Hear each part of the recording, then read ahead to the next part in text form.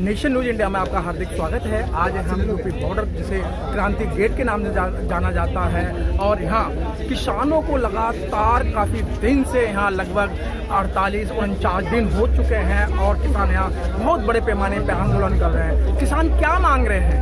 किसानों की जो मांग है उसको सरकार को मान लेना चाहिए और किसानों की जो मांग है, जो एक अन्नदाता की मांग है, उसको सब समझ रहे हैं और समझने के प्रति आज बहुत सारे ऐसे संगठन हैं, जैसे ये डॉक्टरों का कैंप लगा हुआ है, यहाँ पर डॉक्टर किसानों की सेवा करते हैं। अगर इस किसानों के अंदर कोई गड़बड़ होती तो इतने पढ़े लिखे लोग जो MBBS डॉक्टर हैं, MD हैं और अच्छी नौकरी करिए जो अफसर रहे हैं, तो इनका समर्थन क्यों करते हैं? तो आइए हम अब जानकारी लेते हैं कि ये जो समर्थन कर रहे हैं क्यों करें, क्या कारण है। सर, आज काफ़ी दिन हो गए आपको यहाँ सेवा करते हुए, आपको लगभग कितने दिन हो गए? पहले आप अपना नाम बताएं।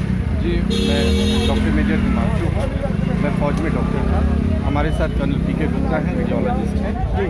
हम लोग यहाँ आते थे, भाई जो भी अन्न खाता है, जो भी अन्न खाता है सेवा और मेरे ख्याल से हर आदमी अन्न खाता है, तो ये अन्नदाता का मसला है। और जो भी हम तो खेती किसानी से भी ताल्लुक़ रखते हैं, हमारी खेती भी होती है, गन्ने की, गेहूँ की हमारी खेती भी। मेरठ के हैं, पासी के हैं, 70 किलोमीटर के हैं। हमारे यहाँ खेत भी है और ख़ानदानी खेती भी होती है। पर यही कारण नहीं है मेरा कहना, जो भी अन्न खाता है, चाहे वो खेत है नहीं है, खेती करते हैं, उसके पिताजी माताजी दादा दादी करते थे, नाना नानी करते थे, नहीं करते थे, मामला रोटी ज़रूर खाते थे। तो अगर रोटी खाते थे तो अन्नदाता का मसला है, उन्हें आगे आना चाहिए। सर, हम लोग ऐसा आप लोगों ने या जो किसानों ने ऐसा क्या मांगे जो सरकार एकदम बैकफुट पे आने के लिए तैयार नहीं है? बार बार 8 दौर की वार्ता हो गई है, वो ये कहती है भी हम कानून को वापस नहीं लेंगे, बिल्कुल वापस नहीं लेंगे। जी, हमने पहले तो मैं ये कह रहा हूँ, हम यहाँ आते थे उस वजह से जी कि भाई किसानों की एक जायज़ मांग है। जो सवाल आपने पूछा है मैं उस पर 1 मिनट में आ रहा हूँ। हम लोग आते थे तो हम यहाँ देखते थे बहुत सारे लोग हैं जिन्हें छोटी छोटी तकलीफ़ें होती थी। कल गुप्ता सर यहाँ पास ही रहते हैं, आप ही ने मुझे बताया, कहाँ हम लोग साथ में घूमने आए, फिर हम दवाइयाँ लेके आए।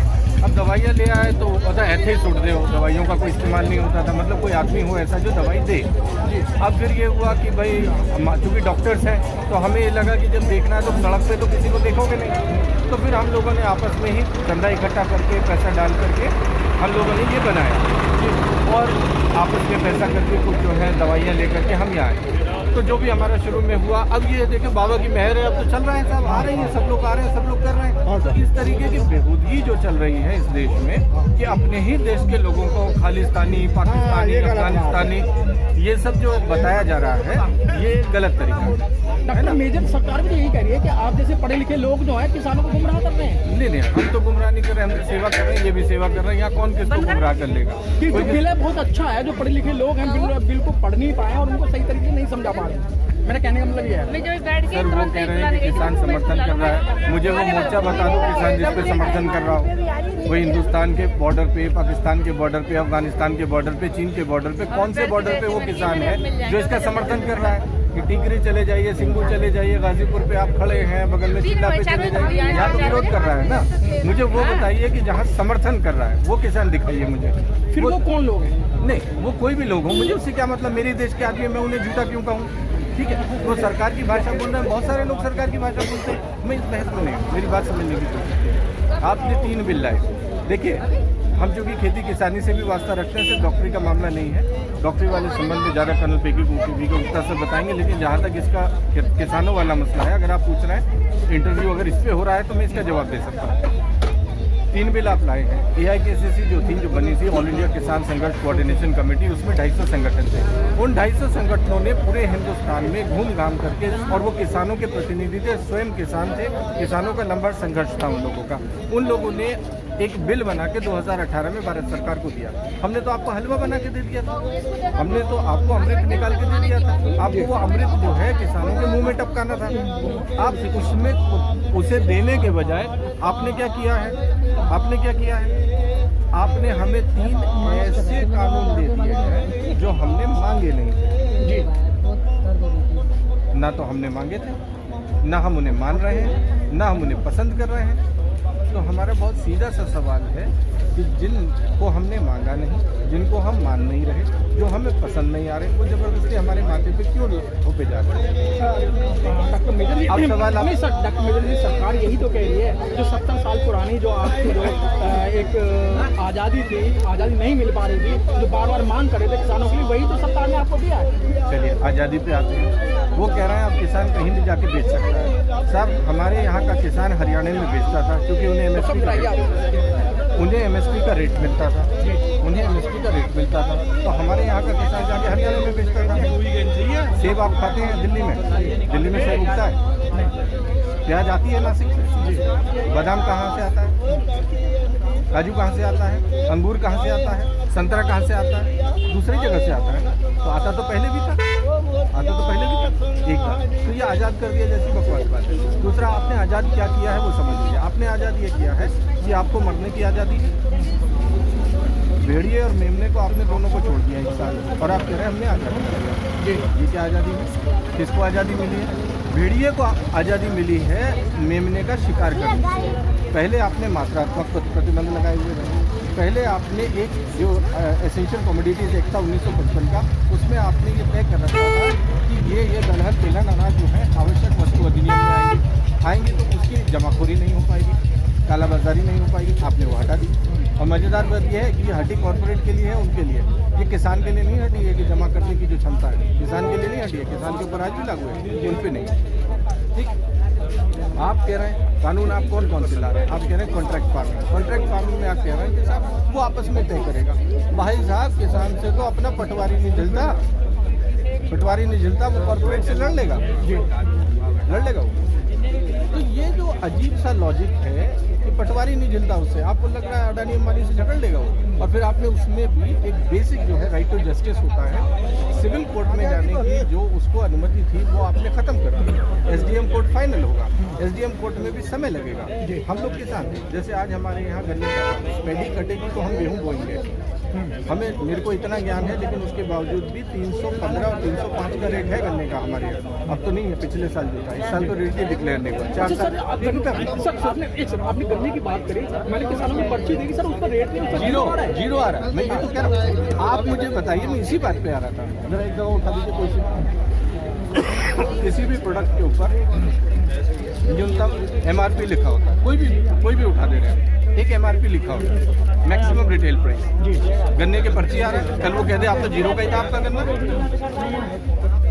तो मैं तो पिछले साल का कह रहा हूँ, 305 315। मेरे जैसा आदमी जिसे सारा कानून पता है, जो एक्टिविस्ट भी है, जो एक करता भी है और लिखता भी है, नीति भी बनाता है, उस आदमी का भी गन्ना 240 और 225 क्विंटल के रेट पे जा रहा है।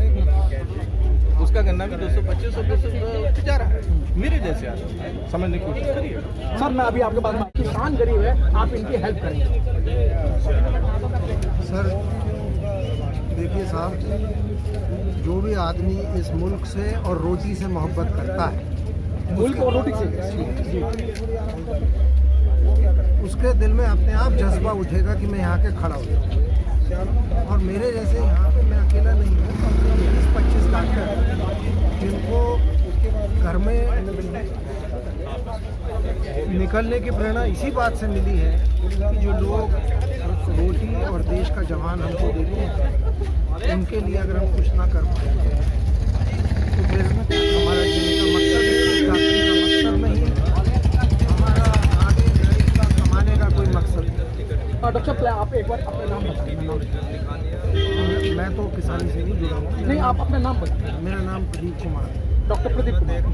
अच्छा डॉक्टर साहब, आप इतने दिन से बैठे हैं, लगभग आपको कितने दिन हो गए हैं बैठे हुए?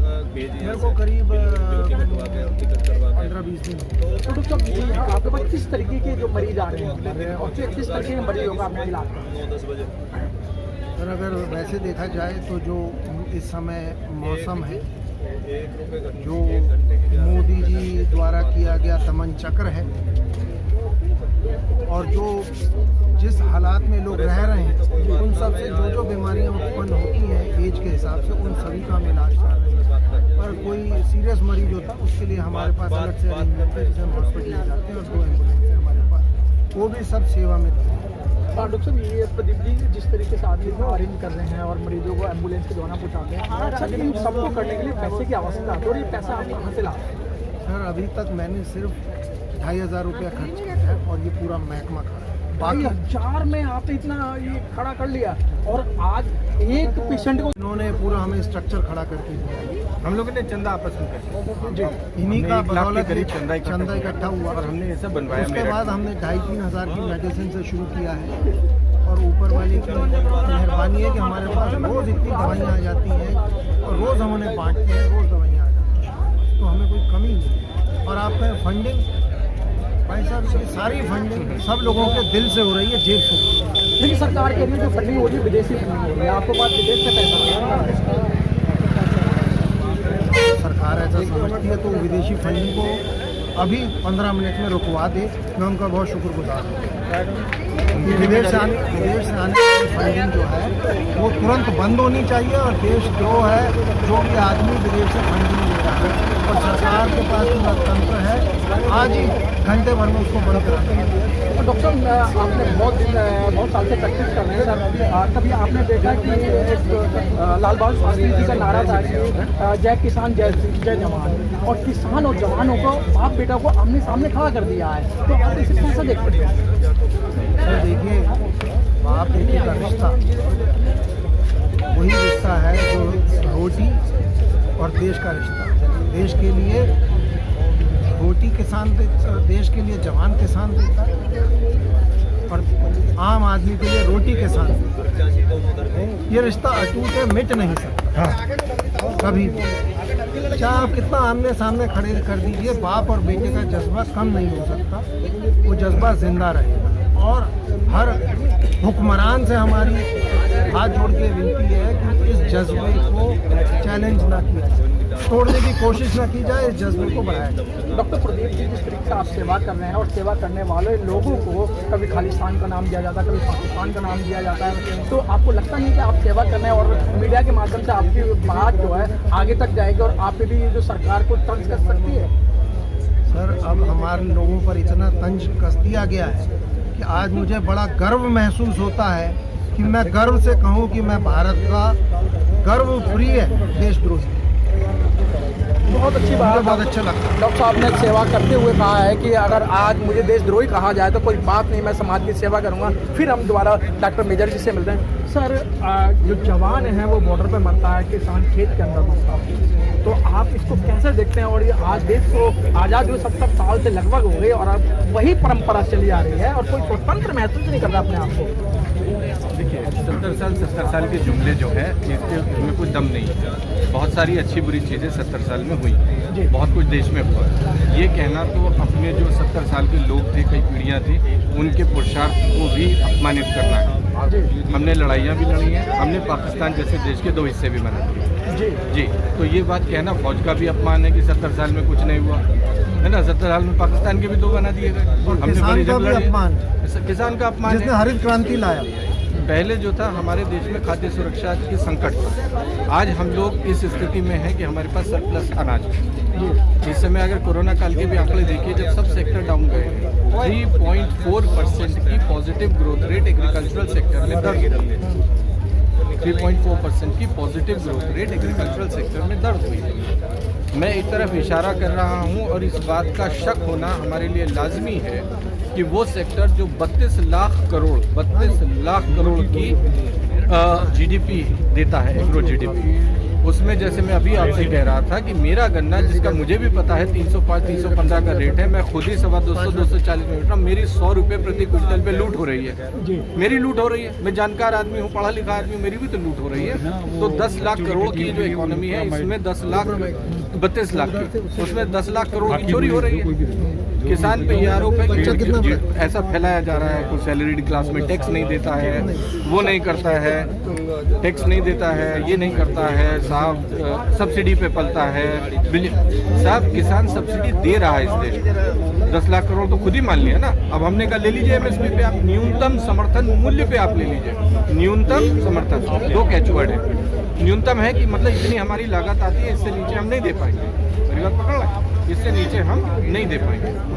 अब न्यूनतम समर्थन भी आप हमें नहीं दे पा रहे हैं, और न्यूनतम समर्थन में जो सरकार का पक्ष है उनका कहना है साहब 12 लाख करोड़ रुपया हम कहाँ से लाएंगे। आज सरकार ने माफ कीजिए स्वीकार कर लिया कि वो 12 लाख करोड़ का किसान का हिस्सा चोरी करते हैं। इसका मतलब ये हो गया, हालांकि ये भी सच नहीं है, क्योंकि जो वो सरकार देगी 12 लाख करोड़ अपने जेब से थोड़ी ना देगी। मैं अन्न खाता हूँ तो मैं खरीदूंगा, उसको अपनी जेब से नहीं देना। ये भी भ्रम फैलाया जा रहा है कि 12 लाख करोड़ का अतिरिक्त बाहर पड़ जाएगा, ये हो जाएगा, वो हो जाएगा, ये भी झूठ है। है, ये भी झूठ है। लेकिन मेरी 100 रुपये क्विंटल की चोरी होती है, ये तो सच है। मैं तो 70 किलोमीटर पे मेरठ में बैठा हूँ, मेरी हो रही है चोरी। मैं उस चोरी से बचने के लिए कह रहा हूँ कि आप एक ही मांग कर रहा हूँ कि आप मेरी फसल का न्यूनतम समर्थन मूल्य का मुझे कानूनी अधिकार दे दीजिए। उसकी कितनी लागत आती है स्वामीनाथन कमेटी ने किया, जिस भी कमेटी ने किया, आप उसका कैलकुलेशन करा लीजिए, आप करा लीजिए ना। कॉम्प्रिहेंसिव कॉस्टिंग जो C2 कॉस्टिंग है, तो हमारा फॉर्मूला ये था स्वामीनाथन कमेटी का, C2 comprehensive costing plus 50% equal to fair and remunerative price, उचित व लाभकारी मूल्य। अब उचित लाभकारी मूल्य की बात नहीं कर रहा मैं, तो आपसे बात कर रहा हूँ न्यूनतम समर्थन मूल्य की, कि इसे ही मेरा कानूनी अधिकार बना दीजिए। तो मेरी ये 100 रुपये की जो चोरी है ये रुक जाए। अब ये 100 रुपये की चोरी न रोकने में सरकार का क्या हित है, मेरा सवाल है, जो मेरा शक बढ़ा है। मेरा शक ये बढ़ा रहा है कि सरकार का इसमें क्या हित है कि मेरी 100 रुपये क्विंटल की गन्ने की जो चोरी है उसे सरकार रोकना क्यों नहीं चाहती। मैं तो अपना हक मांग रहा हूँ ना, मैं भीख नहीं मांग रहा हूँ, मेरी बात समझिए। और मैं न्यूनतम समर्थन मूल्य के आधार पर मांग रहा हूँ, इस पर गौर करिए। अब इसका कारण मैंने आपको सीधा बता दिया, ये 10 लाख करोड़ की चोरी है या 10 लाख करोड़ का घोटाला है। अब 10 लाख करोड़ में कौन कौन हिस्सेदार है, और चूंकि कोई हिस्सेदार है या सर ये बहुत लंबी बात हो जाएगी सर। अब मैं फिर वहीं लेके चलता हूँ कि सर जिस तरीके से अभी यहाँ 3-4 आदमियों का बहुत बड़े पैमाने पर नाम लिया है, और सीधी सीधी मैं बात करूँ कि अंबानी का नाम लिया जा रहा है, अदानी का नाम लिया जा रहा है, बाबा रामदेव का नाम लिया जा रहा है, कि ये जो कॉर्पोरेट परिवार है और सरकार उनके साथ में मिलकर ये बिल बनाना चाहिए और उनके द्वारा ही बनाया गया है। क्या मानना है आपका?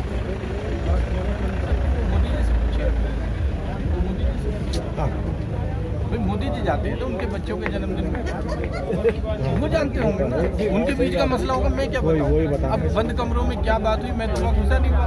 नहीं, रामदेव जी की जब पहले उन्होंने टंच कर दिया, उसके बाद में जब पब्लिक और मीडिया का ये लगा तो रामदेव जी कह रहे भाई मेरे पास 1 बीघा जमीन नहीं है, मुझे क्यों इसमें किसी का नहीं था। और पहले उन्होंने जो इस तरीके के वाक्य बोल के लोगों के नफरत पैदा कर दी। देखिए, मैं रामदेव जी क्या करते हैं नहीं करते हैं, मैं भगत सिंह जी को जानता हूँ जिन्होंने फंदा चूम के फांसी पे चढ़े थे। मैं किसी सलवार वाले को नहीं जानता, मैं जानना भी नहीं चाहता। वो क्या कहता है, क्यों कहता है, 1 बीघा है या नहीं है, मेरा विषय नहीं है। रामदेव मेरा विषय नहीं है। अडानी अंबानी के उनके क्या संबंध है, मेरी बात नहीं सुनो। अब मुझे नहीं पता। देखिए, बेकार की बात छोड़िए, वो खुद ही कह रहे हैं ना वो किसान नहीं है, खुद ही कह रहे हैं ना किसान नहीं है ना। उसके पास लाई सरसों व्यापार करते हैं ना, व्यापार करते हैं तो वो लाला है, लाला रामदेव होंगे जी, लाला रामदेव बहुत। भाई 1 मिनट पीछे शोर मत करो यार, करना कहीं और जाके करो, है ना। लाला रामदेव होंगे, लाला जी होंगे, मैं उसमें क्यों पढ़ूं लालाओं के चक्कर में, अडानी अंबानी के चक्कर में। मेरा क्या विषय है, मेरा विषय है मेरे 100 रुपये क्विंटल के गन्ने की चोरी। अब मेरी बात ही नहीं समझ रहे, मुझे तो भटकाया जा रहा है चारों तरफ से। मेरा विषय तो 100 रुपये की गन्ने की क्विंटल की चोरी है। मेरा जो इस अध्यादेश के आने के बाद 2 फसलें आई, एक आई है आपकी धान की, एक आई है आपकी मकई की। मक्का का 1850 का रेट था MSP का, बिकी किस रेट पे है 800 और 1000 के रेट पे। तो मेरी 1000 रुपये की चोरी हो गई, 800 रुपये की चोरी हो गई मेरी। तो 1 क्विंटल पे, अरे बात नहीं समझे, आपने सुनी नहीं, आप मेरी सुन तो लो। अरे लंबी नहीं हुई, 1 सेकंड की बात है, क्या बात कर रहे हैं आप। मैं कह रहा हूँ मेरी 100 रुपये क्विंटल की चोरी, दूसरी फसल पे 800 रुपये क्विंटल की चोरी हो गई। मैं अपने 800 रुपये क्विंटल के बचाऊंगा, अडानी अंबानी को रोकूंगी। मेरी बात मुझे क्या पता, बाबा रामदेव अपनी आँख ठीक करे, लिपर सी बचती रहे। वो मेरा छोड़े ना, मेरा तो मोदी से झगड़ा है, मेरा रामदेव से क्यों झगड़ा है। वो अपना लिपर ठीक करे, अरे सारी दुनिया का लिंक कर रहा है। ये है मेरा जवाब। मैं अपना 800 रुपये क्विंटल देख रहा हूँ, मैं अपना 100 रुपये क्विंटल देख रहा हूँ, ठीक है साहब। और एक बात समझ लीजिए, स्पष्ट तौर पर समझ लीजिए, इस देश में 60% जनता सीधे सीधे कृषि पर निर्भर है।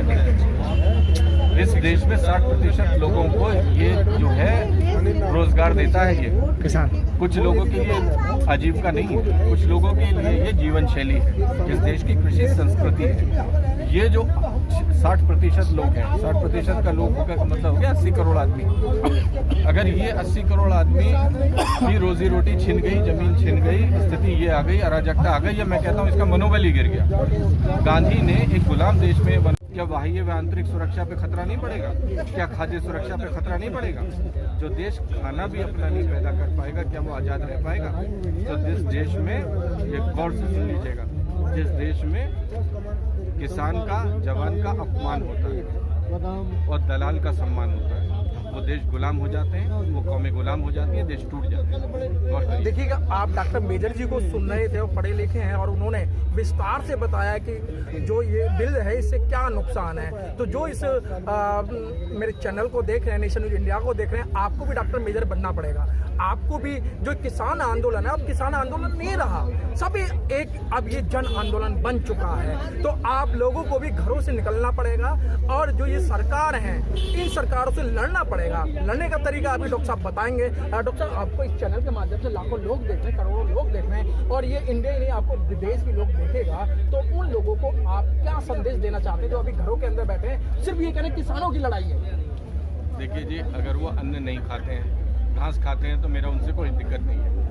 अगर वो घास खाते हैं तो मुझे उनसे दिक्कत नहीं है।